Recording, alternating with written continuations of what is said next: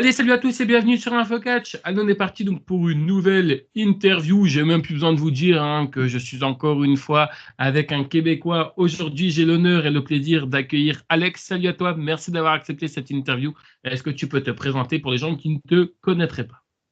Bonjour Dylan, donc moi c'est Alex Mays, provenant de Montréal, Québec, à Montréal. Donc je suis le feu d'artifice festif, aussi au centre de l'attention.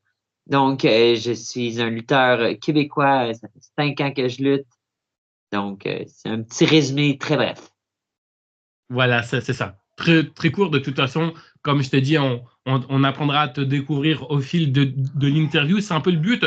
La première question, c'est la même question pour tout le monde. C'est la question la plus simple, je dirais. Comment tu découvres la lutte, toi, pour la première fois? Alors oui, si parfois je dis catch, excuse-moi, ne sois pas perdu. C'est parce que nous, ici, en France, en Europe, on dit catch, vous dites lutte. Donc, ne sois pas perdu si Il n'y a, parfois je dis catch. Je voulais savoir un petit peu ta première connexion, comment ça s'est passé avec la lutte. il y a pas de souci. En fait, moi j'ai eu 3 introductions avec la lutte dans ma vie. OK. Tellement, quand j'étais très jeune, je me souviens très bien que c'était le samedi soir, on écoutait WCW Thunder chez mes parents en mangeant du spaghetti. On le regardait assez régulièrement, mais après un certain temps, tu sais, je n'étais pas accroché. C'était qu'est-ce qui jouait à OK. la télé. Après, lorsque j'étais un petit peu plus vieux, j'avais ma voisine, Tania, qui était une grande fan de lutte, de la WWF. Elle, c'était une grande fan de Lita et tout. Et je sais que je l'avais regardé un peu avec elle, mais j'étais pas accroché encore. Je comprenais pas qu'est-ce qui se passait, puis surtout mon anglais n'était pas très bon à l'époque. Et finalement, j'ai accroché lorsque j'avais 14 ans. C'était l'été. J'étais avec ma sœur dans le salon et on essayait de trouver quelque chose à regarder. Puis on est tombé sur WWE Raw. Et au début, c'est comme, oh, c'est stupide. On s'en moquait un peu en regardant, mais au fil d'écouter l'émission, c'est comme on était accrochés. On voulait savoir c'est qui avait attaqué Shawn Michaels. Et c'était ce fameux épisode où est-ce que Shawn Michaels, en 2002, où est-ce que Shawn Michaels se faisait attaquer. On voulait savoir qu'est-ce qui s'était passé. Et depuis ce temps-là, je suis toujours accroché. OK. Mais en plus, c'est vrai que, tu vois, alors je sais pas si c'était à quelle époque, je sais pas si c'était pendant que tu étais petit, mais je sais qu'à un moment donné, il y avait un petit décalage. En tout cas, nous, ici en France, je sais qu'il y avait un petit décalage par moment quand on voulait, par exemple, tu vois, enfin, suivre la lutte. Je sais qu'en général, il y avait peut-être une semaine ou deux de décalage. Je sais pas si c'était pareil pour vous ou pas du tout. Donc, parfois, en fait, bah, des fois, ce qui se passait un peu dans certains shows, tu vois, des fois, on avait une semaine ou deux décalages de retard. Donc, du coup, bah, on n'était pas du tout surpris qu'un tel était champion ou autre. Est-ce que c'était pareil étant plus jeune ou tu n'as plus trop de souvenirs par rapport à ça? Moi, lorsque j'ai commencé à l'écouter régulièrement, on l'écoutait, c'était live. Donc, OK. c'était en direct, c'était la version canadienne à TSN, euh, tandis qu'aux États-Unis, c'était sur Spike. Mais c'était vraiment le lundi soir à 9 h, comme c'est à la télé. L'avantage d'habiter du côté du Québec, c'est que vous, avec le décalage horaire, c'est pendant le dîner quasiment, nous, on est obligé d'avoir des yeux d'hibou, tu vois, parce que des fois, c'est super tard. En pleine nuit, je voulais savoir un petit peu à quel moment, tu vois, tu t'es dit, bah voilà, je veux me lancer dans la lutte. C'était quoi, on va dire, cet élément déclencheur? Moi, c'est quand j'ai commencé à regarder la lutte régulièrement. Ce OK, que j'aimais, c'est surtout voir des personnes comme Rey Mysterio. OK. Puis des personnes de plus petite taille qui pouvaient quand même en faire. Puis, ce que j'aimais bien, c'est comme j'expliquais avec ma sœur, c'est comme un soap opera, mais avec de l'action. C'est athlétique, mais c'est théâtral, qui a un peu une bonne balance pour moi, parce que j'ai tout le temps été une personne très artistique, très, très axée de ce côté-là. Puis j'ai été, surtout un peu plus tard, je suis devenue très athlétique. J'ai tout le temps été facilement à faire de la gymnastique. Puis, j'étais pas, je faisais pas de la gymnastique, mais je suis très à l'aise avec mon corps, puis je connais bien mon body control.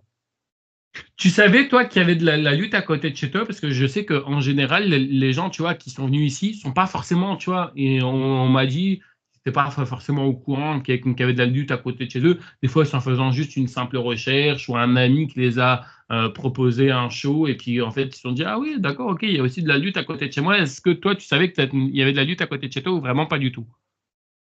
Ben, plus ou moins. Tu sais, initialement, j'étais pas au courant. Ok. Puis lorsque j'ai commencé à avoir le désir de devenir lutteur, j'ai commencé à regarder, tu sais, est-ce qu'il y a des écoles dans le coin? Puis là, j'ai découvert qu'il y avait des fédérations dans la région de Montréal, même si ça a pris plusieurs années avant que je joigne une école. Et pour quelles raisons? Pour des raisons personnelles que ça t'a pris du temps ou tout simplement parce que bah, tu te sentais pas capable de passer le pas?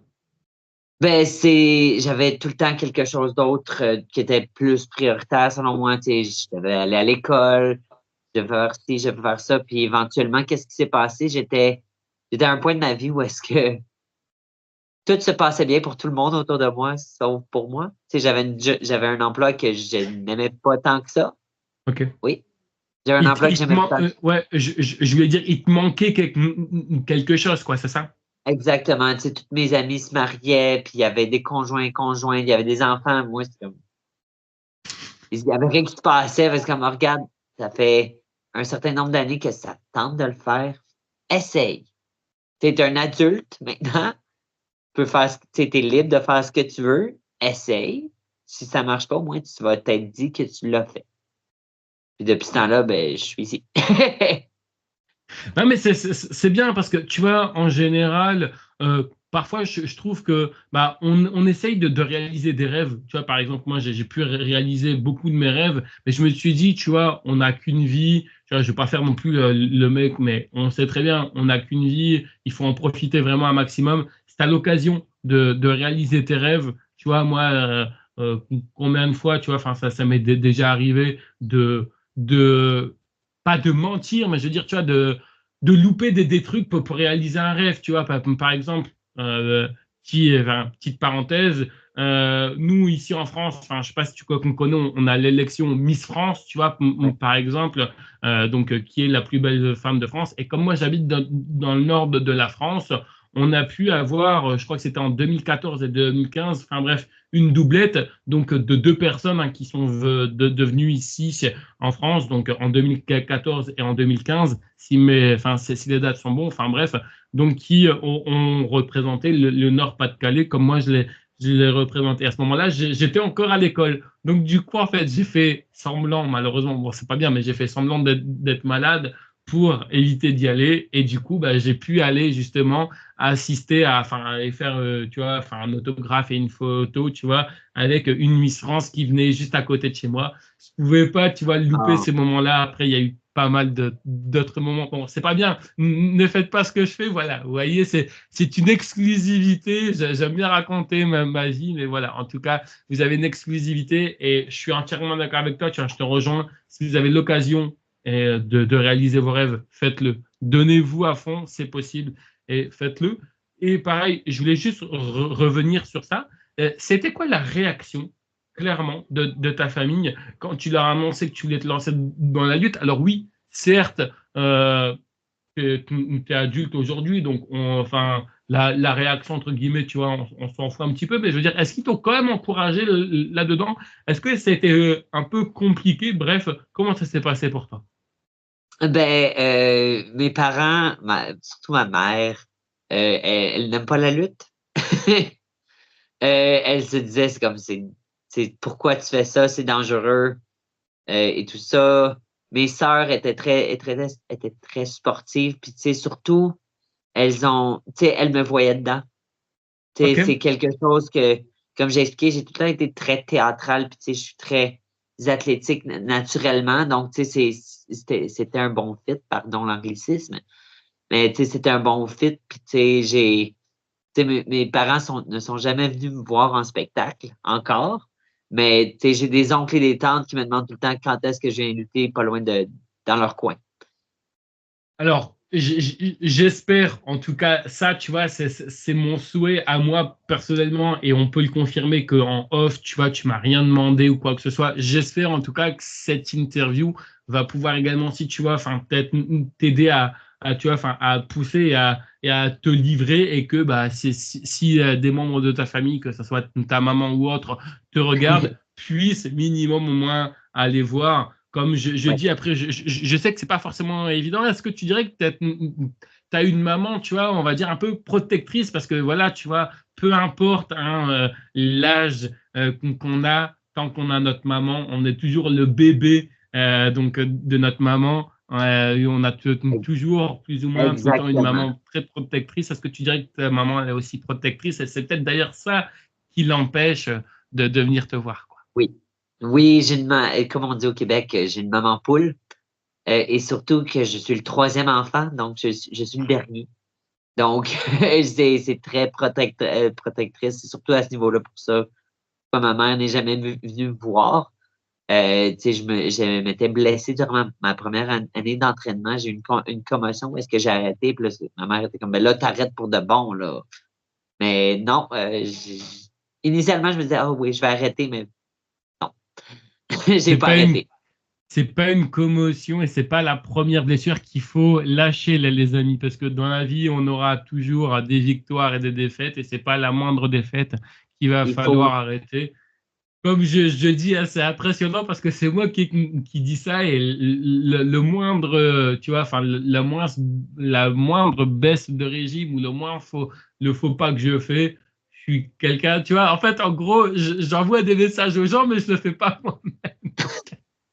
C'est aussi un peu ouais, un message pour moi. Juste avant de parler un petit peu de ton personnage et oui. de tes buts dans la lutte, tu nous disais tout à l'heure en introduction que tu regardais également aussi la lutte avec ta sœur. Est-ce que ta sœur également regarde toujours actuellement la lutte aujourd'hui? Est-ce que elle aussi à un moment donné elle a voulu en faire ou si c'est pas le cas, pourquoi? Enfin, pourquoi elle est passée à autre chose? Est-ce que c'est pour des raisons privées ou juste parce que bah, au bout d'un moment le produit ne lui plaisait plus?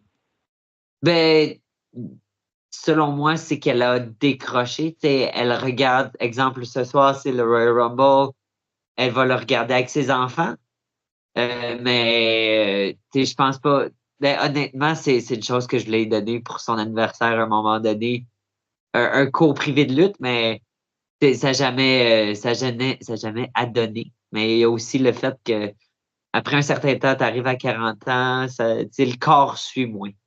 Oui, mais après, tu vois, moi, je peux comprendre parce que moi qui a pu faire un seul entraînement, ça m'a traumatisé parce que, tu vois, enfin, honnêtement, ça m'a fait mal, tu vois, je le dis clairement, hein, que ça soit tennis, souplex et tout, on peut dire ce qu'on veut de la lutte quand on ne connaît pas. Je vous dis, faites un entraînement et vous allez voir un peu ce que c'est. Et honnêtement, franchement, moi, ça m'a traumatisé. Donc, du coup, j'ai dit une fois et pas deux, j'ai eu un peu mon bisoutage. On arrive vraiment hein, donc à tes tout débuts. Je voulais savoir un peu comment ça s'est passé la première fois que tu rentres dans ta toute première école de lutte. Comment ça s'est passé au niveau de l'accueil? Est-ce que tu as été bien accueilli? Bref, comment ça s'est passé tes tout débuts?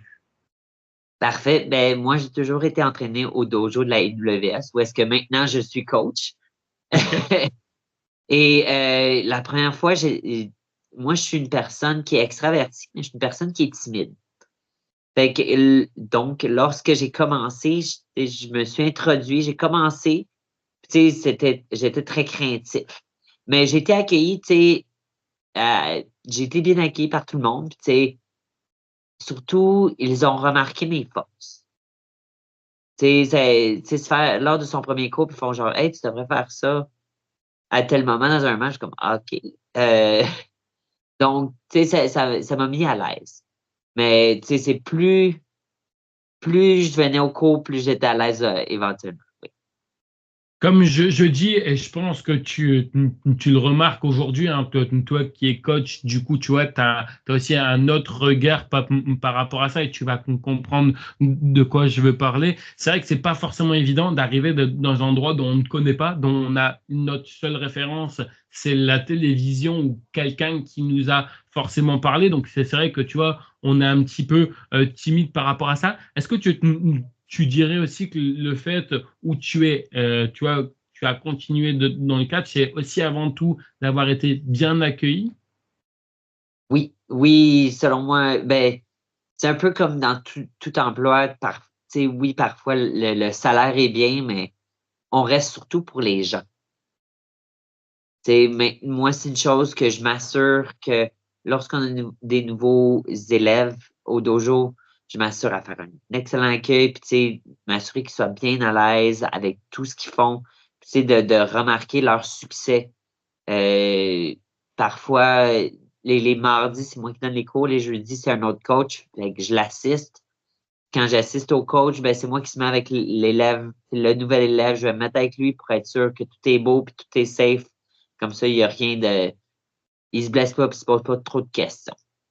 Non, mais c'est important, tu vois, d'en parler, parce que, tu vois, en général, tu as des gens, tu vois, enfin, qui peuvent très bien nous écouter là, se dire, ouais, mais moi, je veux me lancer dans la lutte. Par contre, tu vois, enfin, je veux dire, tu vois, j'ai des petites lacunes, j'ai peut-être peur de mal faire les choses, ou alors, tu vois, enfin, j'ai des petites difficultés dans certaines choses, tu vois. Tu sais, un peu aujourd'hui, avec ce qu'on entend, tu vois, enfin, tout ce qui est moquerie, tout ce qui est malheureusement harcèlement ou autre, tu vois, ça fait un petit peu peur. Alors, après, encore une fois, comme dit, on ne va pas non plus uniquement que se baser sur ça, parce que si on se baserait sur ça, on vivrait plus. Mais je pense que tu vois, enfin, on peut un peu aussi comprendre un peu les gens. Toi, c'est impératif, c'est aussi quelque chose que tu t'es donné en tant que personne, donc en tant que coach, mais aussi en tant qu'élève au début, que bah, tu vois, enfin, tu donnerais tout et que tu n'accepterais pas, entre guillemets, la moindre moquerie ou quoi que ce soit, parce que bah, comme dit, on a tous débuté, on a tous eu des difficultés dans certaines choses.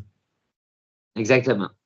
Puis surtout que je trouve que le monde de la lutte est un microcosme.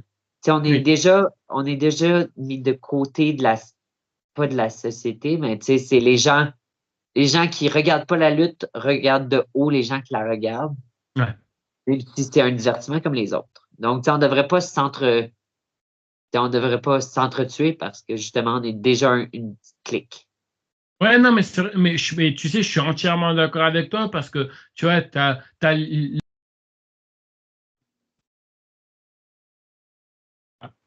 petit bug. Ah, voilà. Je ne sais pas ce qui s'est passé, il y a eu un petit bug, c'est pas très grave, hein. C'est les aléas du direct, hein, comme on dit. Exactement. C'est pas très grave, pas de montage, pas besoin. Ah, ici, tout est authentique. Non, mais c'est vrai, il faut le dire aux C'est vrai. gens. On est authentique ici, on ne sait même pas ce qui s'est passé. Ça a merdé, c'est pas grave. Exact. Ça Mais t'est corrigé. c'est comme la lutte, c'est comme le catch. Voilà, On fait qu'avec ce qui se passe. c'est ça, tu vois, ça a butché, du coup, on continue, tu vois, on va pas s'arrêter sur ça, on continue, hein, ça c'est la chose la plus importante, mais sinon, revenons à ce qu'on est en train de dire, c'est vrai que, tu vois, on est très mal vu, c'est pas méchant, mais que ça soit, enfin, tu vois, que ça soit du côté du Québec ou ici en France, en Europe, quand tu es fan de lutte, tu vois, tu as toujours ce fameux cliché hein, que tout le monde te sort, c'est fake parce qu'ils n'y connaissent rien, ou alors bah, il est fan de mecs en slip ou quoi que ce soit. Tu vois, c'est vraiment les préjugés, alors que c'est vraiment des gens, tu vois, enfin, tu vois, qui y connaissent rien. Et quand tu vas leur tacler, genre sur des Marvel, par exemple, j'ai Oui, rien contre Marvel, mais ou alors que tu vas tacler sur leurs films et tout, là, c'est toi l'ennemi public numéro un, tu vois, faut pas parler à ça. Bon, bref, ça, c'est. Voilà, on va pas trop s'éterniser là-dessus, mais je voudrais juste aussi continuer, tu vois, reprolonger un petit peu la question, si tu veux bien. En général, tu vois, comme je disais tout à l'heure, on arrive dans un endroit, toi, tu as été bien accueilli, c'est ça le plus important, mais tu vois, on a beau être bien accueilli, on a beau avoir, tu vois, un environnement sain, mais parfois on se rend compte que c'est pas fait pour nous, oui. ce qui peut forcément arriver. Qu'est-ce que toi, justement, ça t'a fait pour justement rester dans la lutte? Qu'est-ce qui t'a fait justement rester dans la lutte? C'est quoi? C'est ton, comment je pourrais dire ça? C'est ton dépassement de soi? C'est quoi? C'est ton caractère? C'est ta curiosité? Qu'est-ce qui t'a fait justement rester dans la lutte? Ben, il y a plusieurs choses. Il y en a une d'entre elles, c'est se faire des amis. OK. Avoir un environnement avoir des gens avec qui on grandit puis qu'on poursuit le même rêve puis voir que c'est pas facile pour tout le monde. Moi, je me souviens que lorsque je commençais à prendre des bumps, et c'est ça. je n'aimais pas ça, et maintenant, j'ai pas de problème. J'ai pas de problème, puis c'est avoir un soutien d'équipe, puis avoir des amis justement là-dedans, puis mon caractère, j'ai ce qu'on appelle au Québec, pardon, une tête de cochon. Donc, je suis très orgueilleux. Comme je le dis avec mes amis, dans la Grèce antique, il y avait des dieux de tout. Il y avait, des dieux pour la guerre. Moi, je me dis, l'orgueil, ça devait être ma face. Non, non, mais je peux comprendre. Puis après aussi, l'avantage aussi qui est bien, c'est que enfin, tu vois, tu te rends compte que tu n'es pas non plus un extraterrestre parmi tout le monde et que tu peux échanger, tu vois, avec d'autres personnes qui sont aussi fans comme toi de lutte. Parce que moi, je me rappelle, par exemple, tu vois, au collège et tout, je n'osais plus trop en parler. Parce que tu vois, en primaire, tu avais les fameuses cartes de catch, les slam attacks. Je sais pas si tu as connu ou tu vois de quoi je parle. Enfin bref, c'était les cartes. Je te montrerai après en Oui, off, sinon il va falloir se lever. Enfin bref, je te montrerai en off. Tu vois, ici, il n'y a il n'y a rien pas qui de est problème. préparé. Je te montrerai après si tu veux, il y a pas de problème. Mais tu vois, nous, on avait des cartes comme ça, qu'on collectionnait, qu'on jouait avec et tout. Et c'est vrai que quand tu arrives, tu vois, enfin, donc, chez les plus grands, donc au collège, nous, on a sixième, cinquième, quatrième et troisième. Bref, quand tu arrives là-bas, tu vois, tu n'oses plus trop parler de catch, tu n'oses plus trop parce que bah, déjà, t'en vois pas d'autres qui discutent avec ça. Tu vois, tu as l'impression d'être dans un autre monde. Tu vois, tu as l'impression que être fan de lutte, quand tu es en primaire et tout, c'est bien, mais une fois que tu arrives au collège ou au secondaire, comme vous appelez là-bas, bah, tu Oui, vois, tu as l'impression que, entre guillemets, c'est nous les bébés, tu vois. C'est nous oui, qui, entre guillemets, enfin, tu vois, qui a des regards de gamin ou quoi que ce soit, alors qu'en fait, pas du tout. Tu vois, on te montre bien que tu arrives, tu vois, dans un monde déjà qui n'est pas forcément évident. Tu arrives, tu vois, enfin, nous, notre dernière classe ici en Europe, la dernière classe de la primaire, c'est la CM2. Puis ensuite, après, bah, tu vois, tu arrives au collège. Donc, tu vois, tu passes de CM2 où on te dit, bah voilà, l'année prochaine, c'est le collège, la sixième. Donc, tu vois, à la récréation, tu commences déjà à moins en moins de jouer aux cartes Pokémon ou aux cartes de catch. Alors, oui. euh, t'imagines pas quand tu arrives là-bas, mais ça fait du bien de pouvoir parler. C'est pour ça d'ailleurs, avec mes interviews aussi, parfois dire des heures et des heures, mais parler et comprendre, tu vois quoi, qu'on se comprend, on pourrait débattre pendant des heures sur plusieurs sujets, c'est pas non plus le but, mais parler en tout cas avec des gens qui nous comprennent, je trouve que c'est ça aussi qui est bien. Comme tu disais tout à l'heure, tu vois, je parle beaucoup trop, hein, je suis désolé, t'inquiète pas, je vais te Il laisser n'y a la pas de parole, problème. mais c'est parce que j'aime bien un petit peu introduire les choses et un peu m'éparpiller, mais t'inquiète pas, Il y a je pas vais de te relaisser la parole. Excusez-moi, hein, mais bref. Mais ce que je voulais dire par là, c'est que, tu vois, des personnes comme toi, tu touches vraiment tout le monde. C'est-à-dire que, tu vois, par exemple, tu as, peut-être des gens qui nous regardent là, qui ont exactement la même situation que toi, sauf que l'avantage, c'est que toi, tu as une sœur qui était fan de catch. Aujourd'hui, je suis ouais. sûr, avec ta sœur, tu peux parler encore une fois de catch. Tu as, des gens qui, comme moi, tu vois, enfin, n'a pas de frères et sœurs et parlent de catch avec bah, des gens qui sont derrière un écran ou encore là, si ça va. Enfin, je commence à avoir des personnes qui s'intéressent à la lutte, donc c'est bien. Mais imagine une personne qui vit vraiment dans une famille où le catch, ils n'en ont rien à faire. Ouais. Ouais, c'est compliqué. Pareil, je voulais très rapidement qu'on revient au niveau de, enfin, juste très rapidement, j'aime bien switcher entre les deux, entre tes débuts et aussi au niveau de ton coaching en tant que coach. Hein, t'inquiète pas, on y reviendra, on parlera aussi de ton personnage, mais pareil aussi, c'est quoi les choses qui sont primordiales pour toi aux jeunes élèves? Tu vois, par exemple, t'as un jeune qui arrive, qui est un peu timide ou autre. Qu'est-ce que tu lui dis pour, tu vois, enfin, pour le rassurer et autres?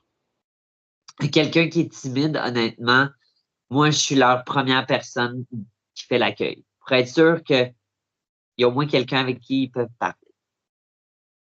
Récemment, on a de nouveaux élèves qui commencent le mois de janvier, donc il y a de nouveaux élèves qui veulent commencer, puis ils sont dans un environnement qu'ils ne connaissent pas, puis ils ne sont pas sûrs. Donc, j'ai une petite équipe de personnes à qui je sais qu'ils peuvent avoir confiance, puis avec qui que c'est plus facile de jaser, mais surtout, j'ai des beaux élèves qui, justement, sont très accueillants.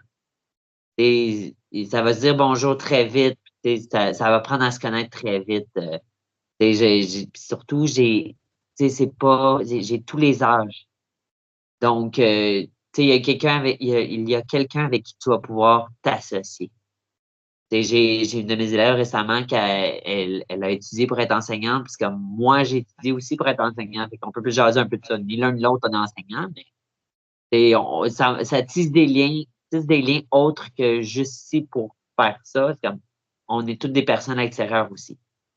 Ok. Et pareil, je voulais savoir, c'est quoi un peu le type d'élève que tu peux avoir? Est-ce que tu as un peu, tu vois, le type d'élève qui arrive, encore une fois, pareil, on n'est pas là pour flinguer. Je le dis tout de suite, hein, si la personne que tu vas citer, si tu en as, si elle nous écoute, on n'est pas là pour flinguer Oui, les gens, on est juste là pour expliquer les choses. Tu vois, tu as, un peu le type d'élève que moi j'aurais été clairement, tu vois, au tout début et tout, tu vois, moi, j'aurais été le petit de l'œuvre, ouais, le catch, hein, tu vois, c'est truqué, va pas me faire chier avec tes conneries. Puis en fait, au final, j'arrive, je me prends des coups dans la gueule parce qu'en fait, tu vois, non, mais c'est ça le truc, c'est que, en gros, tu vois, on te perçoit de quelque chose, tu vois, t'as deux versions. Tu vois, c'est un peu comme les platistes, hein, désolé de parler un peu, tu vois, de la politique, mais tu vois, on te perçoit tellement, tu vois, on te dit que la Terre est ronde, puis de l'autre côté, on te dit que la Terre elle est plate. Donc du coup, bah en fait, au final, tu vois, tu sais pas où te mettre. Puis en fait, au final, bah, quand tu te rends compte que la Terre est ronde et puis que d'autres personnes dans ton entourage te disent, bah en fait, non, finalement, la Terre elle est plate. T'as ton cul entre deux chaises, tu vois. Enfin, je prends oui, cet exemple-là, comme j'aurais pu prendre d'autres exemples. Donc, tu vois, t'en as qui veulent avoir leur avis par eux-mêmes et qui, oui, un peu en a marre d'entendre différentes choses. Il y en a qui veulent être le John Cena de demain. Je pense que ça, t'as oui. dû en avoir. T'en as qui viennent vraiment par curiosité. C'est quoi vraiment le type que t'as, tu dirais le plus qui ressort, c'est quoi?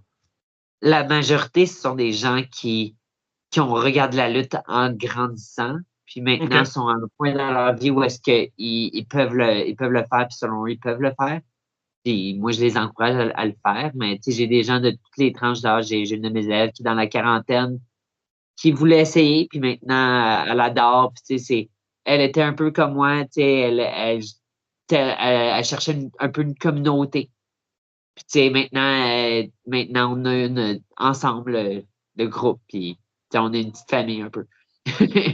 Tu as déjà eu une élève ou un élève, par exemple, qui, tu voyais vraiment en lui qui avait du potentiel, tu vois, qu'on pouvait obtenir quelque chose, mais malheureusement, bah, tu vois, lui, ça ne lui plaisait pas et il s'est barré ou autre. Est-ce que tu as déjà eu ce type d'élève-là où vraiment tu sentais que bah, il y avait un potentiel pour faire quelque chose et puis bah, qu'il est parti?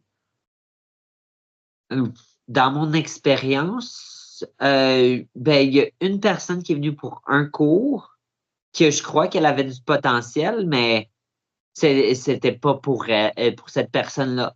C'était pas pour elle, selon elle, parce que tu sais, c'était pas assez demandant, mais en même temps, si c'était un premier cours, on veut pas trop demander non plus.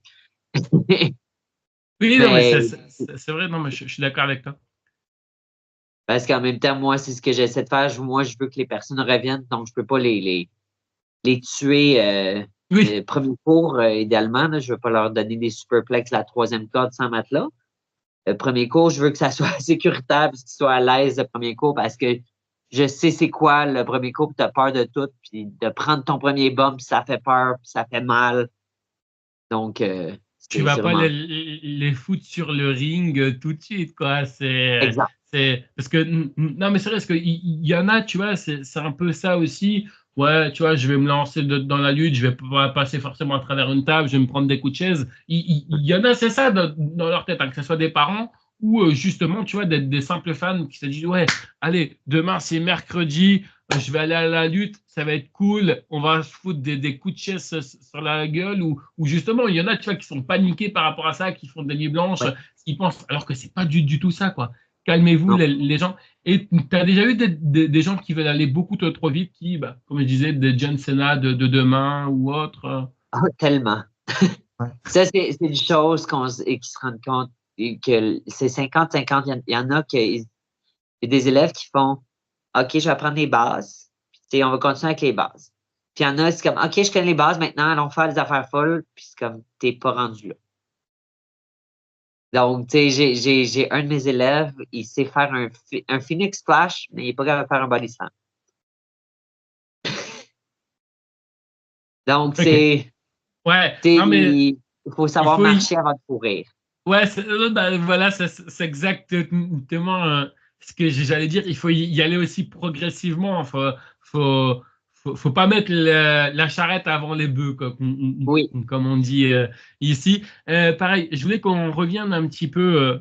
Alors, tu verras, on va switcher. Un coup, on va parler de toi, un coup, on parlera donc de, de toi en tant que coach. Je voulais savoir un oui, petit peu comment ça s'est passé la première fois que tu crées ton personnage. Déjà, je voulais savoir, parce que ce qui est très important, c'est que quand on crée un personnage, il faut que entre guillemets, il faut que ça te convient. Parfois, oui. on note des choses, hein, je pense que tu l'as vu, c'est pas toi que je vais apprendre ça, mais parfois, tu vois, on note des choses, on teste des choses, on se rend compte que ça ne fonctionne pas. Et après, bah, tu vois, on améliore ou autre. Justement, si tu devrais nous décrire ton personnage, déjà, comment tu t'es inspiré, bref, comment tout a commencé pour toi. Mais lorsque j'ai commencé, tout le monde te dit, il faut que tu sois toi fois 1000. Puis honnêtement, lorsque j'ai débuté, c'était beaucoup ça. Alex, c'était Alexandre qui était beaucoup plus gros, plus extravagant, mais j'étais toujours très gêné. Puis tu sais, c'est plus facile de commencer comme ça que commencer avec un autre personnage que tu sais pas comment ce nouveau personnage réagit dans telle situation. Tu sais comment Alex sait comment Alexandre réagit dans telle situation, donc c'est mieux de réagir ainsi. Tu sais, si tu dis, ben non, je vais être un gros monstre, et, tu manges une claque d'en face, moi, je vais faire, ah, mais si mon personnage est un gros monstre, peut-être qu'il fait pas, ah, quand, déjà que tu es assez nerveux lors de ton premier match, tu veux pas en plus te rajouter cette couche-là. Donc, c'était ça. Puis là, éventuellement, mon personnage est en train d'évoluer. Donc, plus on lutte, plus on devient à l'aise avec certaines choses, plus on voit les choses évoluer autrement. Puis on voit nos forces, on voit nos faiblesses, et ainsi de suite. Plutôt heal, plutôt face, ou les deux peuvent te correspondre? Ben, je peux travailler les deux. Je suis très babyface. Ouais, Je suis très babyface parce que je fais juste 150 livres et je fais 5 et 6, 5 pieds 6. Donc, je suis pas grand, pas petit, pas gros. Et ça je fait suis combien à peu près, excuse-moi, enfin moi je te parle un peu en français et tout, je suis désolé, ça c'est fait pas combien à peu près en France, enfin au niveau de kilos, parce que vous dites ouais 5 pieds 6, mais ça fait c'est quoi? Ouais, si c'est à ça te peu près dérange pas. 60 kilos, Ok, 66 kilos, je pense. Et c'est 1,70 m, je crois. d'accord, ok. Ouais, donc Donc, comme ça au moins on voit un petit peu. Non, ouais, mais parce que non, parce que moi, tu vois, ça me perturbe. Après, je comprends tout à fait, mais c'est parce que tu vois, moi, ça vous ça me fait un perturbe. visuel. Ouais, voilà, c'est ça. C'est mieux, ça me fait un visuel, mais au moins comme ça, c'est clair. Mais après, c'est vrai que comme toi, tu as, t'as la tête vraiment pour être un babyface. Tu vois, non, mais c'est vrai, c'est pas méchant, mais Non, je l'ai beaucoup dit, tu vois, dans une interview, tu le vois tout de suite. Tu le vois tout de suite quand la personne qui doit être heal, il peut être que heal. Tu as une personne qui peut être que face, il peut être complètement face. Alors c'est après, ça. comme tu disais, toi, heal, ça peut fonctionner, mais c'est vrai que honnêtement, on a plus tendance à te mettre heal que face. Est-ce que tu es d'accord avec moi? Et ça, on met plus face que heel, puis surtout que je suis un voltigeur dans le ring. Ok. Donc, c'est plus difficile d'avoir des bouts lorsque tu fais un gros bout de sort. Du coup, on va reprendre la même question, mais en tant que coach.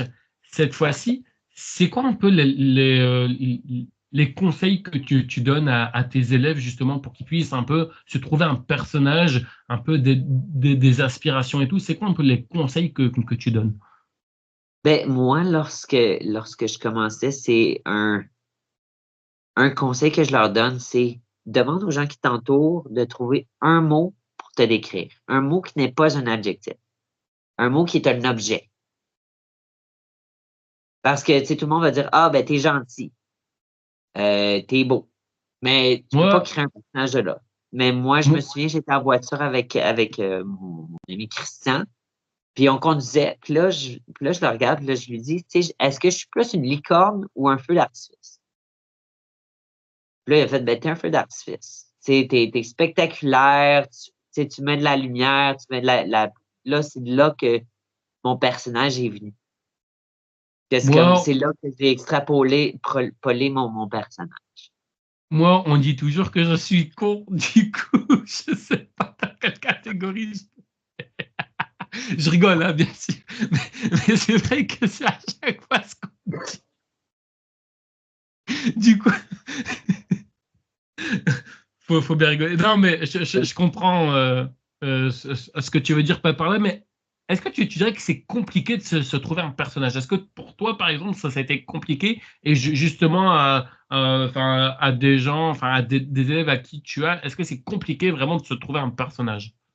Ben, qu'est-ce qui est difficile, c'est surtout faire la différence entre le personnel et le professionnel. Faire la différence entre les deux. Ça devient plus difficile. Lorsque tu te fais huer, c'est le personnage qui se fait huer, c'est pas toi qui se fait huer.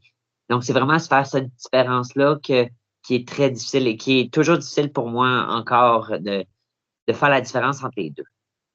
Ah, Parce que ça, oui, ouais, non, excuse-moi, parce que je disais, tu sais, c'est un peu comme l'histoire avec Chris Jericho, avec Chris Benoit, pardon, tu vois, tu peux aimer Chris Benoit en tant que lutteur, et tu dois le détester en tant qu'homme de la vie de tous les jours. C'est pour ça qu'il faut savoir un peu faire la différence entre les deux, ce que beaucoup de monde d'ailleurs a du mal à faire. exactement. Oui, c'est pas Et du facile. Puis lorsqu'on commence, on veut plaire, puis on veut être content de ce qu'on fait, mais en même temps, c'est comme, ben, c'est pas facile, justement. Non, non, mais c'est vrai, je suis d'accord. Et puis, pareil, tu vois, c'est pas forcément évident quand on est heal de se faire huer. Et puis, bah, quand on est face aussi, tu vois, enfin, d'avoir le public, parce que le plus évident, tu vois, enfin, le plus facile, encore une fois, si je me trompe, mais je ne pense pas, c'est quand même être heal, parce que tu vois, c'est plus facile de se faire huer que de se faire acclamer, surtout quand on débute, et puis, bah, tu vois, enfin, qu'on connaît pas forcément la personne. Tu vois, c'est beaucoup plus facile de faire quelque chose de méchant que de faire quelque chose de gentil. Je voulais savoir un petit peu comment ça s'est passé pour toi la première fois sur le ring. Ton tout premier match, comment ça s'est passé? Est-ce que tu en gardes quand même un bon souvenir? Est-ce que tu en gardes un moins bon? Bref, comment ça s'est passé pour toi, ton tout premier Je match? je ne me souviens pas grand-chose. Mon premier match était en février 2020. Ok, Il y a quelque chose qui s'est passé en mars 2020, juste après, la COVID. le Covid, ouais. Mon premier match était en février 2020. De la manière que ça s'était passé, c'est que la carte pour un spectacle de la AWS avait été annoncée. Et dans notre groupe privé, le promoteur de la AWS, PCP Manny, avait écrit au prochain spectacle, 2 élèves, les meilleurs élèves selon les coachs, vont être sélectionnés pour avoir un match le prochain spectacle. Moi, lorsque j'ai vu ça, c'est comme on donne tout, je vais avoir mon match et tout. Donc, j'ai eu mon match. Mon match c'était un match par équipe. C'était 2 contre 2. Et ça passe vite. 8 minutes, ça passe vite, même si tu fais pas grand-chose dans le match parce que tu as les nerfs. Tu veux rien oublier, tu veux bien paraître, tu veux que tout soit parfait. Donc, puis tu sais, surtout, tu veux faire, tu sais, tu veux montrer qu'ils ont confiance en toi, puis tu veux montrer pourquoi ils ont confiance en toi. Donc, tu veux justement donner un bon spectacle. Mais d'après moi, ça s'est bien passé. Je l'ai toujours pas vu ce match-là. Mais tu sais, ça a passé tellement vite. Mais tout était génial. Je suis très content, même. Tu sais, même si je le vois maintenant, je cringerais, là, c'est comme ouf, ouf, ouf, mais tu sais, on fait tous ça avec nos premiers matchs. Parfois, tu vois, on dit toujours qu'on aimerait bien avoir des matchs qui soient enregistrés, parce que tu vois, ça peut être notre premier, enfin, tu vois, ça peut être notre meilleur match.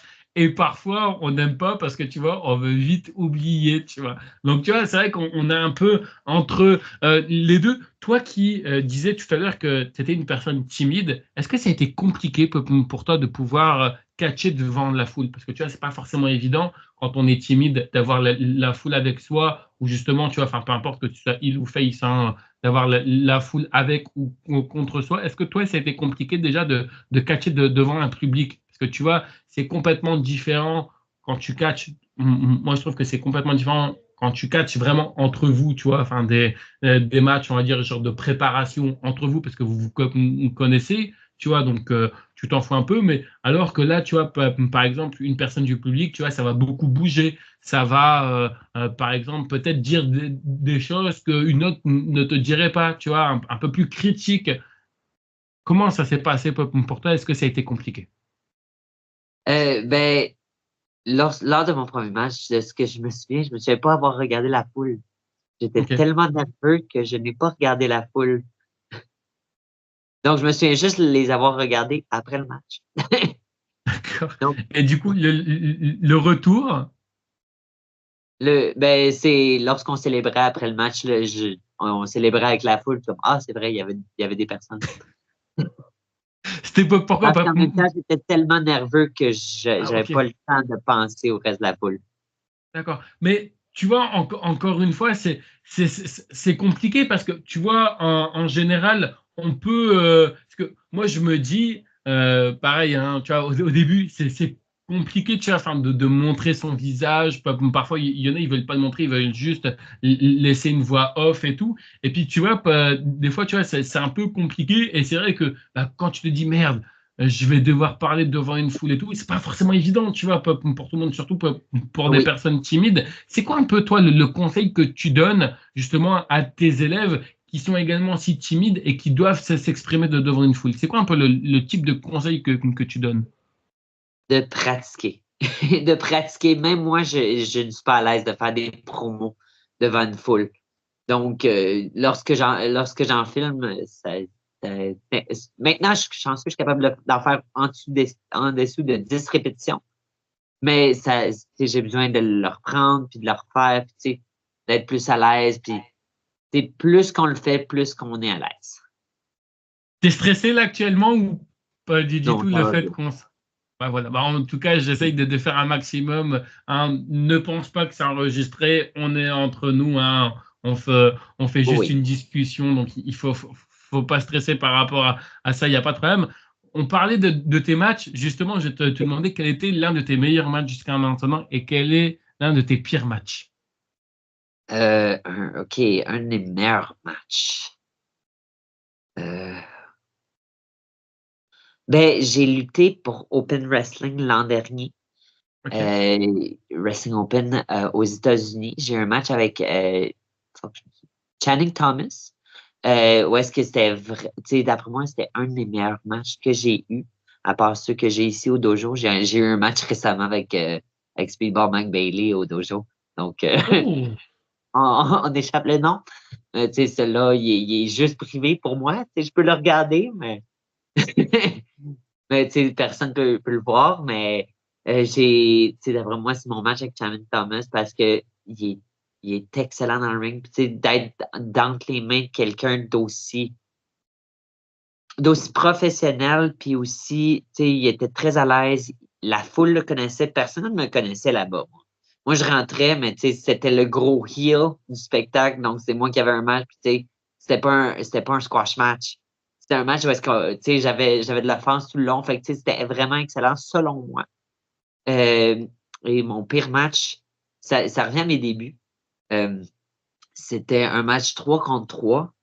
Et on s'était fait donner 8 minutes et on a fait 18 minutes Ah oui, quand même. parce que tout le monde voulait trop faire de stock, puis on n'a pas pratiqué. Donc, il y a quelqu'un qui m'a bumpé sur le nez. C'était à la fin du match comme OK, toi, t'es là, tu vas prendre le move. That's it. Ouais, c'était un peu une vengeance, quoi. Tu vois, tout le monde voulait se venger l'un sur l'autre, c'est ça? Ben non, pas nécessairement de vengeance, mais c'était plus que tout le monde pensait en match Ok, individuel au lieu de penser en match en trio. ok, d'accord. Ouais. Mais ça fait longtemps, fait qu'on a tout évolué depuis. Vous êtes fait engueuler après en rentrant dans les coulisses? Ben, pas moi, mais il y en a que oui.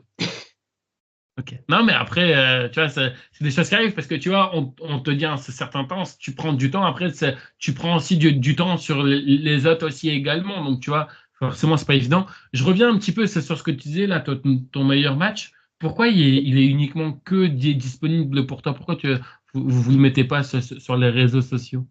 Ben, c'était un match de pratique. Donc, tu sais, c'était au Ok. dojo. C'était pour nous autres, là. Tu sais, c'était un match, ben, au dojo de la AWS, le dimanche, on fait des matchs flash, on fait des cours de match. Fait Ok. que c'est souvent une personne avec l'expérience avec quelqu'un qui a moins d'expérience. C'était moi le moins Ok. expérimenté avec Speedball. Ok. Non, mais et puis, au moins, ça te donne un très bon souvenir, j'en suis sûr. Oui, oui, oui. Oui, honnêtement, je le regardais, puis je le regardais, je me disais, j'en avais besoin. T'as pu rencontrer ou lutter ou te retrouver dans un show avec d'autres gros noms comme ça? Ben, Speedball m'a coaché. C'est lui qui m'a entraîné. Ok. Oh. Donc, donc j'ai pas, tu sais, durant la COVID, il pouvait pas, les frontières étaient fermées. Donc, lui, il était coincé au pays. Fait qu'on on en a profité. Autrement, les autres, que j'ai eu des matchs avec des gros noms. J'ai pas eu de match avec des gros noms. J'en ai eu sur des spectacles. C'est des personnes avec qui j'ai interagi sur des spectacles, mais j'ai jamais eu à lutter. Tu sais, j'ai lutté 2 fois au FI Big Gay Brunch.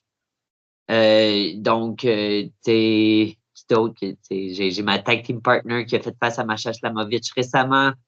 Donc, tu sais, on est chanceux un peu à la WS, on amène quand même des noms, des personnes assez régulièrement.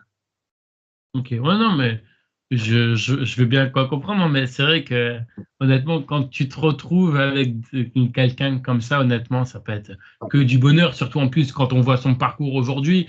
Après, pareil, hein, vous êtes bien représenté aussi au Québec, vous avez des Kevin Owens, WWE, vous avez Sami Zayn, pareil, WWE, vous avez aussi.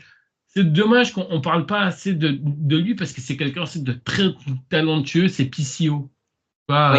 On ne parle pas de PCO alors que honnêtement, franchement, il a un énorme parcours. Aujourd'hui, il est du côté de la TNA. C'est dommage, hein, honnêtement, parce que moi, c'est quelqu'un que j'ai pu avoir en interview. Et bon, lui, au niveau de l'accent, il a complètement l'accent. Donc, tu vois, c'est vrai que ça a été un peu dur parfois de déchiffrer et tout, mais sinon, c'était un bonheur de pouvoir partager une interview avec lui. J'avoue, j'essaie de faire attention. Il y a aussi Matt Lee à AEW, Oui.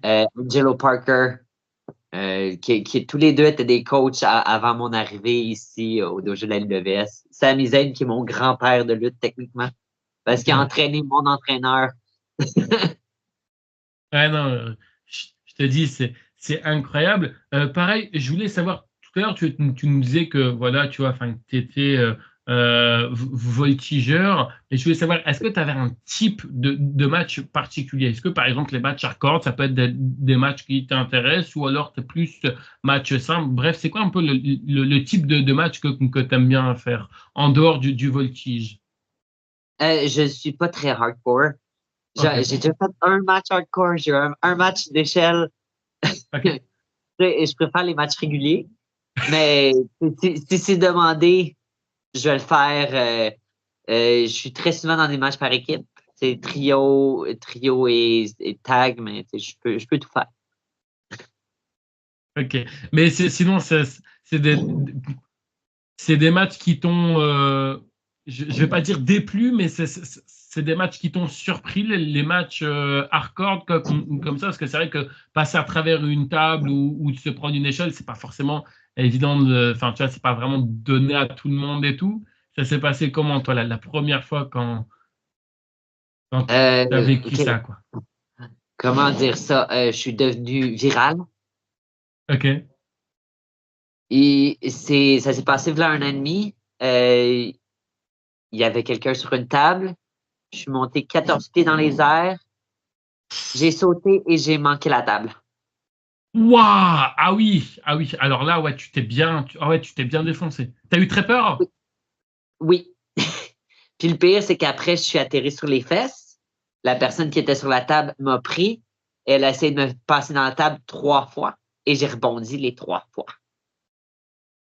Mais Ah, autrement, tout s'est bien passé parce que on a fait un souplex au travers des chaises, ça a bien été. On a fait d'autres spots où est-ce qu'il y avait il y avait du hardcore, c'est juste ça. J'ai toujours, ça fait 5 ans que je lutte, j'ai pas encore passé dans une table. c'est à ce moment-là où tu disais tout à l'heure que enfin, où ta maman était très inquiète parce que tu avais eu, c'était quoi? C'était une commotion? Tu avais eu quelque chose comme ça? C'était quoi exactement Mais c'était une commotion. La commotion, Ouais, c'est en pratique. Honnêtement, d'accord, ok. il y a quelqu'un qui veille sur moi quelque Ouais. part parce T'as que une bonne étoile, quoi. Ouais. j'ai sauté de 14 pieds dans les airs et j'ai atterri dans le fond d'une piscine creusée où est-ce qu'il n'y avait pas d'eau, mais mon dos a accroché la table. Donc, j'ai twisté puis je suis atterri sur une fesse et je suis pas atterri sur le coccyx. Ah Fait que putain. j'avais une grosse marque dans le dos, mais that's ce que j'avais. Ah putain, je suis désolé. J'ai l'image en tête là. Oh, Je non mais t'enverrai le non. lien. Ouais, non, mais le pire, c'est que là, on rigole et tout, parce que bon, voilà, tu vois, enfin, tu t'en es bien sorti, mais sur le coup, Oui, ça a dû être incroyable, parce que, encore une fois, ça aussi, beaucoup de monde l'oublie. À chaque fois, vous passez, enfin, vous frôlez bah, la catastrophe, hein, que ça soit bah, la mort, malheureusement, ce qui est déjà arrivé dans la lutte, ou même encore finir paralysé. Ça, c'est aussi exact. quelque. Ah putain, ah, Exact. Puis le ah, pire, c'est je saute, j'atterris sur une fesse, l'arbitre me saute dessus parce qu'il veut pas que je me lève. Fait que, tu sais, il y a de l'air, l'arbitre a de l'air de m'attaquer. Là, je lui dis, je suis correct. Puis là, l'autre gars me pogne, il essaie de me passer 3 fois dans la table. putain. Il en a Ah pas eu non. assez, lui. Il est encore Ah, debout.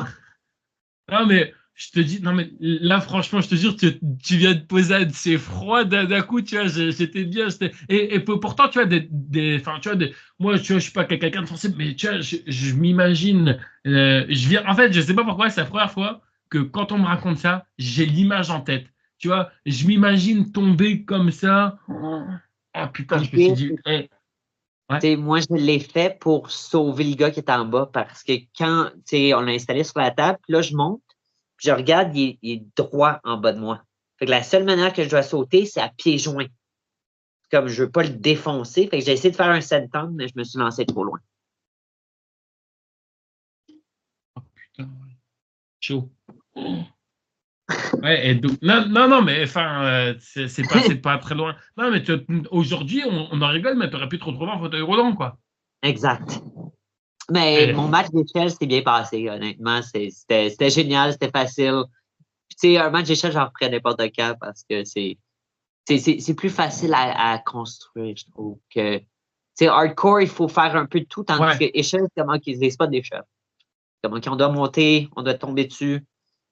mais t'expliquer par rapport à ça, c'est quoi? C'est un mauvais calcul de ta part ou c'est parce que tu as, je sais pas trop comment ça fonctionne. Et si tu veux, parce que tu vois, je veux pas non plus, tu vois, enfin, défoncer Oui. le kayfabe par rapport à ça, mais ce que je veux dire, c'est que, est-ce que, par exemple, quand tu montes sur une échelle comme ça, aussi haut et tout, Oui. est-ce que tu peux à peu près vraiment savoir à quel endroit tu vas tomber ou des fois sans faire exprès parce que, bah, je sais pas, tu vois, enfin, tu vois, avec tes appuis, tu appuies peut-être un peu trop fort ou quoi que ce soit, tu vas un peu plus loin. Comment ça se passe exactement par rapport à ça? Si tu peux le dire, bien sûr, hein.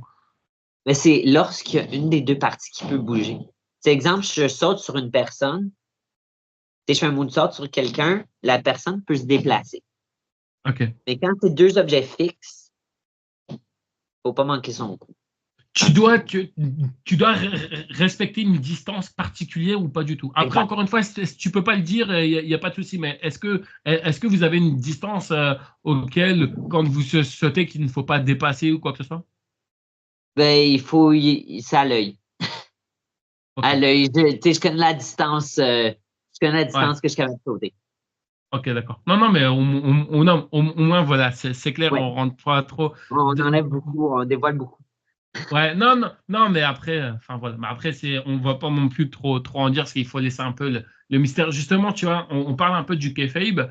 C'est quoi, toi, un peu ton regard concernant le kayfabe? Est-ce que tu penses, aujourd'hui, avec les réseaux sociaux, est-ce que tu penses qu'il existe toujours? Est-ce que tu penses qu'il est mort, le kayfabe? C'est quoi, toi, ton avis par rapport à ça? Et ton avis à toi uniquement, pas parce que tu l'as entendu ou quoi que ce soit, mais vraiment ton avis à toi complètement. C'est quoi ton regard sur le kayfabe? Je me dis, moi, tant que je suis habillé dans mon personnage, c'est le kayfabe. Quand j'interagis sur les médias sociaux, sur mon compte professionnel, c'est le personnage. Mais autrement, c'est Alexandre. Quand je suis à la table de la marchandise avec des gens, c'est Alex Mays qui vient de voir. Mais justement, tu vois, tu as un peu anticipé ma prochaine question, Oui. mais c'est pas grave. Justement, je vais quand même te poser, peut-être que tu auras d'autres choses à dire, mais justement, quand tu es à la table de marchandises comme ça, est-ce qu'il faut être dans son personnage, hors personnage? Comment t'es, toi? Tu restes toujours dans ton personnage, même après la fin du show? Ben, c'est ce qui est le fun d'être soi-même fois 10. C'est que je suis moi-même fois 10 à la table de marchandises. J'avoue que tu sais, ça dépend avec la personne avec qui j'interagis. Exemple, récemment, j'avais un spectacle et j'avais des adolescents qui venaient me voir et me demandaient genre ça fait pas mal, blablabla. C'est comme, tu sais, je leur expliquais, c'est comme oui, on se frappe, tu sais, on se frappe de façon sécuritaire. Ça fait mal, Oui, mais je c'est confirme. sécuritaire. Je C'est pas confirme. une Écoute, trampoline. Quoique, quoique c'est sécuritaire, il y a des moments où tu vois des chutes, ça passe pas très loin, hein. Je suis désolé de Exact. dire ça, mais des fois, il y a des chutes où j'aimerais pas être à votre place à ce moment-là, hein. Comme toutes les blessures, hein, qu'on a eues, des Jeff Hardy, Oui, des Sabu. Enfin, je vais pas non plus exact. faire une liste, mais tu vois de quoi je veux parler par rapport à ça. J'ai encore quelques questions dans les questions les pas trop compliquées, et après on rentre vraiment dans les questions les plus compliquées de l'interview. Je voulais savoir si un jour tu as des enfants, ou si tu as des enfants, est-ce que Oui. tu les autoriserais, toi, à faire de la lutte? Si oui, à quelles conditions? Sinon, pourquoi? Ben, j'ai pas d'enfant, mais OK. moi, je les autoriserais, évidemment, parce que moi, je l'ai fait. Faut justement revenir à ce qu'on disait tantôt, aller, c'est faire ses rêves, mais première règle, je veux qu'il y ait un diplôme. Parce que c'est ça la lutte. Il y a beaucoup de gens qui veulent en faire. C'est beaucoup de, euh, très peu d'élus, très peu de gens sont sélectionnés pour faire partie du top 0,01% des grosses compagnies. Puis c'est pas parce que tu es le meilleur que tu vas être signé nécessairement. Tu sais, il y a beaucoup de népotisme dans la lutte. Donc, Ouais, je me doute. moi, initialement, c'est première. Puis, tu sais, je le dis moi-même à mes élèves.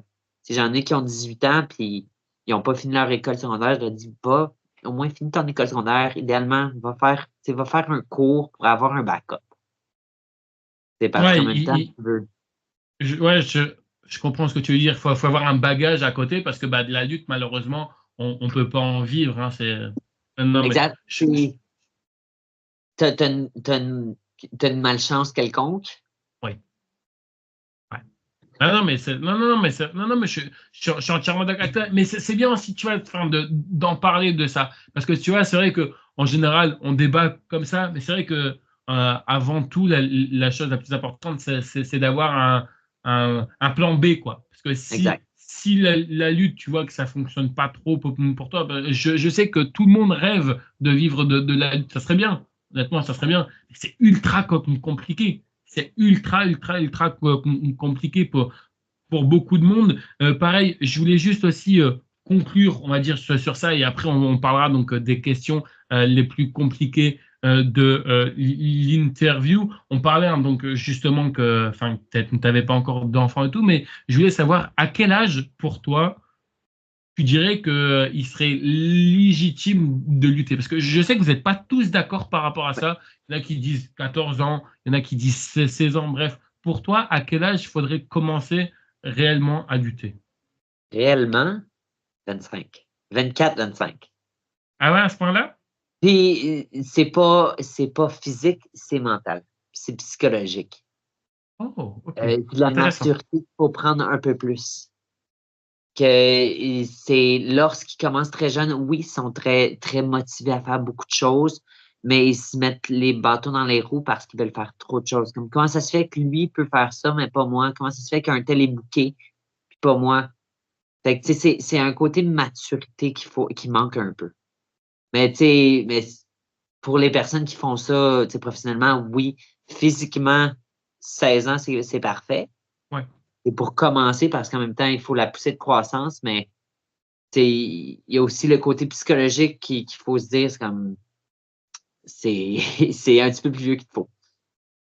Je voudrais juste revenir sur la question parce que c'est en train de me Oui, revenir en tête, donc du coup, je voulais juste c'est revenir. parfait. On parlait par rapport au niveau que tu n'avais pas d'enfant et tout, mais si jamais tu t'en es un jour, est-ce que tu n'aurais pas aussi un peu cette peur que beaucoup de monde, tu vois, peuvent avoir, tu vois, un peu comme quand, tu vois, quand tu es enfant de deuxième ou de troisième génération, en général, Oui, tu vois, tu as toujours une pression d'être mieux que papa ou mieux que ton grand-père. Est-ce que ça aussi, ça serait pas aussi un peu une pression que tu auras en te disant, bah voilà, ok, certes, j'ai ma fille, enfin, j'ai ma fille, pardon, j'ai mon fils. En fait, j'ai voulu dire j'ai ma fille et j'ai mon fils, oui, mais ça s'est transformé en j'ai ma fille, donc tu as compris ce que je voulais dire. Bref, tu vois, je m'auto-corrige moi-même, hein. Mais ce que je veux dire par là, c'est qu'en général, tu vois, on a un peu une pression en disant, bah voilà, mon fils ou ma fille est dans la lutte, il va un peu me reprendre ou non le oui. flambeau,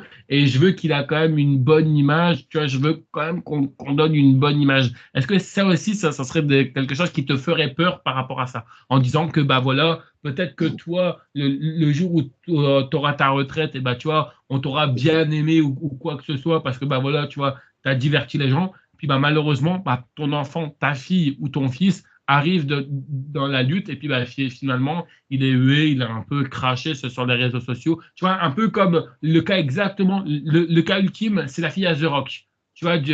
c'est-à-dire qu'en gros, elle a été insultée sur les réseaux sociaux parce que bah, voilà, c'est la fille à The Rock. Sur le ring, elle est nulle, donc du coup, on a dû la mettre en tant que manageuse. Ben, en même temps, c'est ça le problème du népotisme. Moi, je veux principalement que ce soit leur choix. Si j'ai des Ouais, enfants, je veux que ce soit leur choix, ce soit pas à cause que, ah, ouais. tu fais partie de la famille, tu vas faire la même chose que moi. Et moi, c'est leur choix, puis s'ils veulent faire ce qu'ils veulent, c'est leur choix. Moi, c'est mon dada à la lutte. C'est pas nécessairement le leur. Parce que, c'est justement ça. Faut vivre pour soi-même. Puis, si mes enfants veulent en faire, tant mieux, mais ben, initialement, c'est ce qu'ils faisaient à la WWE. C'est pour ça que beaucoup de deuxième et troisième génération, ils n'ont pas le même nom que leurs parents. La fille Eddie Guerrero s'appelait Diaz. Le fils de Mr. Perfect, c'est McGillicuddy Goody. C'était juste pour, justement, pas ternir nécessairement la legacy, pardon, de leurs parents. Ouais, je comprends. Est-ce que tu es prêt? On va vraiment rentrer dans les questions Allons-y. les plus compliquées. Je voulais savoir jusqu'à maintenant, qu'est-ce que tu dirais que la lutte t'a apporté? Honnêtement, c'est du, c'est du plaisir, de la joie. Ça m'a amené quelque chose qui manquait à ma vie, un échappatoire artistique qui manquait dans ma vie dans ma vie de tous les jours. Tu dirais que ça a aussi permis, toi qui étais timide, ça t'a permis aussi à te découvrir, à chasser cette timidité? Exact. Oui. Oui, c'est plus facile. Puis, tu sais, là, je suis célibataire, donc sur mes profils de médias sociaux, il y a des photos de moi qui lutte, fait que ça porte aussi un premier sujet. Et justement, est-ce que ça t'est déjà arrivé d'avoir des moments de burn-out par rapport à la lutte? Est-ce qu'un matin, ça t'est déjà arrivé de te réveiller et de te remettre en question par rapport à la lutte ou quoi que ce soit, de savoir si tu avais vraiment fait le bon choix de te lancer là-dedans ou pas, ou quoi que ce soit? Parce que certes, tu vois, je sais que, tu vois, on aime bien toujours se donner une bonne image parce que, tu vois, voilà, on est lutteur, on a envie que les gens aient une bonne image de nous, mais il ne faut pas oublier également aussi que vous êtes également aussi humain avant tout. Et moi, Oui. là, je ne parle pas aux lutteurs. Je parle à toi, Alexandre. Est-ce que ça t'est déjà arrivé d'avoir des moments de burn-out dans la lutte? Oui, oui. Puis honnêtement, pour ces moments-là, moi, je le fais présentement. Puis, je le dis aux personnes qui me le disent aussi, qui sont en burn-out, de prendre un pas de recul, d'en faire moins, de concentrer sur les choses qui sont importantes. Et présentement, je prends moins de booking parce que justement, j'ai récemment commencé un nouvel emploi. C'est là que mon énergie devrait aller. Oui, je continue à faire le reste du dojo, je continue à mes bookings réguliers, mais j'en fais moins pour justement, je regarde plus beaucoup de luttes parce que je me mets trop de pression par rapport à ça. Donc, il faut, laisse ça de côté 2 secondes, voir où est-ce qu'on a notre plaisir. Puis, j'aime ça coacher, j'aime ça d'avoir des matchs, mais c'est pas, relâche la pression. Tu m'as tendu la perche. Alors, normalement, cette question-là devait venir juste après, mais je vais te la OK. poser maintenant parce que tu m'as tendu la perche autant que je la saisis. Tu nous expliquais comme quoi que bah voilà, tu vois, tu ne regardes plus de lutte. Est-ce que le fait que tu ne regardes plus de lutte, est-ce que c'est aussi le fait parce que tu vois, moi, ça c'est un peu le regard que j'ai, et c'est vrai qu'au final, tu vois, en décortiquant un petit peu, tout le monde est plus ou moins d'accord avec ce que je dis, mais est-ce que c'est aussi le fait d'être rentré dans la lutte, de connaître un peu l'envers du décor, que bah tu vois, ça te surprend un peu de moins. Parce que tu vois, aujourd'hui, toi, tu vas regarder un show, par exemple, regarde, tu vois, on va prendre le Royal Rumble qui a Oui, lieu cette nuit à l'heure où on enregistre la vidéo. On va regarder le Royal Rumble, il va y avoir un match, par exemple, regarde, on va prendre le match simple entre Kevin Owens et Cody Rhodes. Il va y avoir des moves dans ce match. Toi, tu vas savoir ce qu'il va y avoir après ce move-là. Parce que tu oui. vois, tu as une habitude, moi, en tant que fan et en tant que bah, pas que connaisseur de la lutte par rapport à ça, tu vois, enfin, moi je suis pas dans le domaine, je vais être surpris, tu vois, je vais avoir mes yeux certes 10 bouts ouverts, mais je vais aussi être surpris par rapport à ça. Est-ce que le fait aussi également d'être dans la lutte, de connaître aussi l'envers du décor, est-ce que tu te dirais que c'est aussi à cause de ça que bah, tu regardes plus la lutte aujourd'hui, quoi? Ben, et je regarde plus la lutte, c'est aussi au niveau. Je reste tout le temps au courant de ce qui se passe. Je regarde tout le temps les nouvelles, mais c'est aussi à un certain niveau, c'est un niveau jalousie. C'est comme j'ai dit, il y a beaucoup de lutteurs, mais il y a très peu d'élus, comme on peut dire. Puis c'est se dire, c'est comme, ben moi je pourrais le faire aussi. Je pourrais faire ça, moi. Fait que, c'est pour ça aussi qu'on prend un step back, un pas de recul par rapport à ça. Des fois, c'est comme, juste se mettre moins de pression, puis regarde, pour avoir du fun. On fait ça, je me souviens une fois, un show de la AWS, on est backstage, tous les matchs sont inscrits, les gagnants sont inscrits partout. Puis je me souviens une fois, c'était quelqu'un d'autre qui m'avait dit qu'il avait gagné, qu'il gagnait notre match. J'ai regardé le reste du show comme un fan.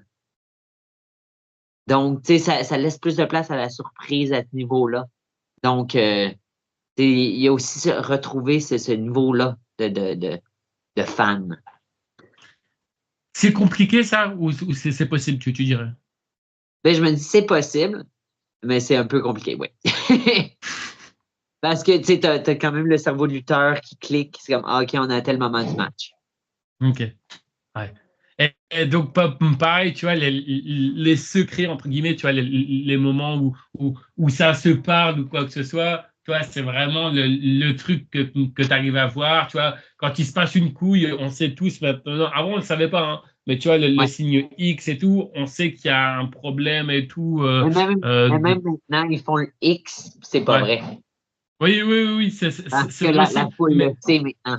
Ouais, mais c'est vrai que tu vois, maintenant, aujourd'hui, on a tellement trop l'habitude que le moindre signe et tout, tu vois, c'est ouf. On reste à l'affût. On arrive à la question la plus compliquée OK. de l'interview, d'accord? Je vais J'ai te donner une besoin d'une baguette magique. calculatrice. Non, non, non, pas du tout. Mais par contre, en tout cas, ça va être très compliqué. Je vais te donner une baguette magique, d'accord? Tu as la Oui. possibilité de faire apparaître 3 lutteurs de ton choix, d'accord? OK. Ça peut être des lutteurs qui sont toujours en activité aujourd'hui, ça peut être des lutteurs qui sont morts, mais si jamais je te dis 3 lutteurs que tu aurais aimé pouvoir affronter, qui ça serait pour toi et pourquoi? C'est une question compliquée. C'est un peu le but, ça. Moi, j'ai toujours été un grand fan de Trish Stratus. Fait que Trish, Speedball. OK. Et troisième, qui serait le troisième? Honnêtement, c'est plus sentimental que. Tu sais, mes choix sont plus sentimentaux que autres. Tu fais ce que tu veux. Mon autre, ça serait mon autre coach, Shane Hawk. OK. Shane Hawk qui est blessé. Donc, j'ai eu un match avec lui techniquement, mais c'est un match par équipe. Mais j'aimerais ça avoir un vrai match avec lui. Donc, Shane Hawk, Speedball et Trish Stratus. OK. Je voulais savoir pour toi, qu'est-ce qui est compliqué en étant lutteur? Beaucoup de choses. Justement, quoi? C'est le côté, le stress est très difficile. La pression qu'on se donne. On est tous très exigeants les uns avec sur nous-mêmes. C'est la jalousie. Je l'avoue, je le suis parfois, puis c'est, comme on le mentionnait tantôt, on est une petite communauté, mais c'est le networking qui est difficile. Il y en a qui arrivent à des plages parce qu'ils connaissent les bonnes personnes, mais c'est connaître ces bonnes personnes-là qui est important. Donc, toutes des choses comme ça qui sont compliquées. OK. Pareil, tu disais tout à l'heure, alors moi, j'aime pas trop rentrer dans la vie privée des gens, mais tu en as un petit peu parlé tout à l'heure, comme quoi que tu étais célibataire. Est-ce que tu as déjà été en couple quand tu étais lutteur? Et justement, je voulais savoir, est-ce que pour toi, c'est compliqué d'être en couple quand on est lutteur? Oui, c'est compliqué d'être lutteur et en couple. C'est compliqué de dater, être en couple et être lutteur parce que c'est jamais disponible la fin de semaine. Puis la majorité du temps, c'est les moments où est-ce que les gens veulent faire des choses. Les moments où est-ce qu'on peut les voir, c'est comme ben, j'ai mercredi soir où est-ce qu'on veut faire quelque chose. C'est pas idéal. Puis ça, c'est un conseil que tout le monde répète, c'est datez pas dans le milieu de la lutte. À part si t'es Becky Lynch et Seth Rollins, où est-ce qu'ils sont 100% ensemble, Ouais. pardon l'anglicisme, shit is gonna hit the fan. Parce que, tu sais, Becky Lynch, Seth Rollins, ils n'ont jamais des matchs ensemble. Tu sais, si quelque chose se passait, on te joue bois, puis on leur souhaite tout le bonheur possible. Dans le pire des cas, tu es séparé de show. Ils se voient très peu. Mais dans la lutte indépendante, tu dates quelqu'un que tu n'es plus avec. Non, fuck, on était dans une histoire, on avait une histoire ensemble. Ah, fuck, on était une équipe. Bah, Ah, ben là, j'ai ce le- booking-là, ben là, elle a aussi, fait que je veux pas. Mais le truc qui a dû être légendaire, moi, quand j'ai vu ça, c'est juste avant qu'il va du côté de la AEW, c'est Ouais, justement Edge. Parce que tu avais un moment de donné, rappelle-toi, tu avais Edge qui était présent, tu avais sa femme actuelle qui était, enfin, qui est Beth Phoenix, et tu avais Lita qui était là aussi. Donc ça, tu vois, ça, c'est un truc ouais. légendaire. Quand on connaît le passé et tout, ça, c'est un truc légendaire. Ben, même à l'époque où est-ce qu'il y avait le triangle amoureux Edge, Lita, Matt Hardy, puis eux Ouais. autres, comme, OK, ben c'est sorti en grand nombre, il faut que vous fassiez une histoire avec ça. T'sais, ils ont Ça, été plusieurs mois à se battre ensemble, c'est comme, t'sais, ouais. ça doit être Mais, pénible, mais il faut mettre notre ego de côté. ouais, non, Mais mais, eux autres ont payé des millions de dollars pour faire ça. ouais, ouais, non, non, mais c'est vrai. Mais je veux dire, tu vois, c'est incroyable de te retrouver, t'imagines, tu vois, enfin, tu vois, enfin, t'es là, t'es tranquille à ton boulot, t'as ta meuf qui est avec toi, puis là, t'as ton ex qui débarque et tout. Oh là là C'est ça. là là. Bon, après, il faut savoir rester professionnel, tu vois, comme on dit. Mais tu vois, il y a que à la WWE où tu peux voir, tu vois, il y a que dans le cas où tu peux voir des trucs comme ça. T'as ça dans ton boulot ou quoi, en dehors de la Exact. lutte, ça fonctionne pas, ça pète, ça pète. Moi, c'est quelque chose que j'appelle ne fais pas de caca où est-ce que tu manges. Ouais. Ah non, mais je veux bien comprendre, mais c'est vrai que c'est incroyable par rapport à ça. On arrive bientôt à la fin de l'interview, j'ai encore quelques petites questions. Je voulais savoir un peu quel était le meilleur conseil qu'on a pu te donner jusqu'à maintenant. D'être patient. Ok. Il faut être patient dans la lutte. Il n'y a rien d'immédiat. Puis il faut se concentrer sur soi-même. Ça, c'est quelque chose que je répète à mes élèves aussi. Oui, il y a certaines personnes qui ont plus de facilité parce qu'ils sont plus athlétiques, parce que parce que ça. Mais toi, il faut que tu te concentres sur toi-même. Ton match, comparé à ton match que tu as eu l'an dernier, tu vas voir, c'est mieux. Et ainsi de suite. Non, mais je pense que c'est un très bon conseil, honnêtement, et c'est bien en tout cas, parce que tu vois, en général, il y en a, ils te disent des conseils, tu te demandes un peu pourquoi ils te disent ça, parce que tu ne comprends pas, mais honnêtement, à chaque fois que je toujours posé la question là à quelqu'un, ça m'a toujours paru correct. Et ça, en tout cas, c'est bien parce que des fois, comme je dis, on va te donner un conseil, tu te dis, ouais, bah, c'est bien, mais il me donne ça quoi, comme conseil. Pourquoi? Parce que, non, mais sérieux, parce que des fois, on donne un conseil à une personne, mais il le comprend. Tu vois, on ne comprend pas Oui. forcément pourquoi tu vois le conseil. Pareil, je voulais savoir également quel métier tu fais là en dehors de la lutte et est-ce que tu te sens mieux dans ton nouveau métier? Mais je travaille en ressources humaines. OK? Donc, c'est complètement différent. Des fois, des fois, ils font des blagues. C'est comme, ah, ben, les négociations vont pas bien, mais on va sortir Alex. Ouais. Mais OK.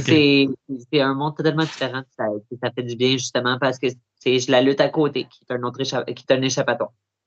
Et ça va, ils le savent que tu fais de la lutte?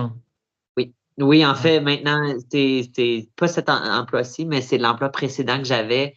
Euh, c'est qu'il y a des articles qui sont sortis sur moi. Donc, il y a la personne de la communication elle m'avait googlé. Donc, la première rencontre, c'est comme, ah, ben, tu fais de la lutte? C'est comme, ah, OK, je l'ai dit à personne. Eh oui. Fait que maintenant, je le dis d'avance. Je le dis d'avance, ils le savent tous. Même à mon emploi, ils font des annonces des nouveaux employés. C'est comme, Alexandre a commencé tel emploi, on le remercie, blablabla. Puis ma patronne a plus mentionné que j'étais lutteur. Elle a oublié de dire c'était quoi ma job. Ok, ok. Bon, on arrive à la fin de l'interview. Encore une fois, je te remercie beaucoup pour cette interview. On va juste terminer avec deux dernières questions. Je voulais savoir, est-ce que tu as une anecdote sur un voyage, sur un show qui s'est passé, que ce soit une anecdote drôle ou moins drôle? Bon, ça serait mieux si ça serait drôle, mais est-ce que tu as, une anecdote qui s'est passée, que tu peux nous raconter, que ce soit sur toi ou autre? Ben, je peux parler de mon voyage à Philadelphie l'an dernier. Allez, vas-y. L'an dernier, j'étais à Philadelphie pour la fin de semaine de WrestleMania, où est-ce que j'étais invité à Effie's Big Gay Brunch. J'avais un match au spectacle de Effie's Big Gay Brunch. J'y suis allé en autobus. Un autobus voyageur. Je me suis dit, je vais pas me casser la tête en prenant la voiture. J'ai pas l'argent pour l'avion. On va prendre l'autobus. Ça m'a pris, ça m'a pris 13 heures y aller. Ça m'a pris 13 heures revenir. Et je suis resté à Philadelphie. Fait qu'en tout, 26 heures. Et je suis resté à Philadelphie 23 heures. Donc, fait plus de voyagement que je suis resté à Philadelphie. Ah oui, d'accord. Je voulais, puis ça, tu sais, je connaissais des gens qui y allaient en voiture, mais tu sais, moi, je finissais à travailler, tu sais, j'avais juste le Ouais. vendredi de congé, donc c'est juste le vendredi que je peux prendre, donc. Mais tu sais, c'est particulier, mais c'est comme, tu sais, on veut ou on veut pas, puis comme je voulais, puis tu sais, c'était une aventure. Puis en plus, toi, tu vois, enfin, je veux dire, vous, c'est direct, c'est juste à côté, donc tu vois, enfin, je veux dire, c'est Oui. beaucoup plus facile à y accéder, mais en tout cas, si ça t'a permis, en tout cas, de pouvoir réaliser un rêve ou autre, c'est déjà pas mal. Je te remercie beaucoup, en tout cas, Alex, pour cette interview. Je vais juste, tu peux la conclure avec ce que tu veux, que ce soit réseaux sociaux, bref, ce que tu veux. Puis encore une fois, mille merci à toi d'avoir accepté cette Ben, merci interview. beaucoup, Dylan, de m'avoir eu. Vous pouvez me suivre sur les réseaux sociaux, sur Instagram, Twitter, Blue Sky, TikTok, at the Alex Mays, Attends, donc T-H-E. Oui. je te coupe. C'est quoi Blue quoi? Blue Sky, c'est Ouais, c'est c'est un quoi? rival de Twitter. Ah ouais, d'accord, je connaissais pas. C'est quand il s'était passé quelque chose avec Elon Musk, fait que tout le monde voulait. C'est comme quand Elon Musk a commencé à se tenir trop avec Trump. Donald Trump, il y a Blue Sky Ok. qui a commencé à popper, mais c'est comme D'accord, Threads. bah, je connaissais pas du tout. Et, encore, tu me restes sorti MSN ou autre, parce que je connais de. Mais là, je connais pas, excuse-moi. Vas-y, je te laisse continuer, excuse-moi. Tous Pokémon Go, Je connais. Donc, TheAlexMaze, en un seul mot. Vous pouvez me voir le 7 mars. Ça va être sur Thriller, c'est IWS Unoffense Sanction. J'ai un match par équipe. Vous pouvez me voir sur mon YouTube aussi. Vous pouvez me chercher un peu partout. Je suis disponible. De toute façon, tu m'enverras tout ça, puis on mettra tout dans la description. Merci encore une fois à toi, Alex. Merci à tous de nous avoir écoutés ou regardés. De toute façon, en plus, tu as vu, on a fait à peu près 1h30. Je pense que c'est passé extrêmement vite. Tu n'as même pas vu le temps passer. Merci à toi, merci à tous. Puis moi, je vous dis à bientôt pour une prochaine interview. Allez, bye tout le monde. Salut.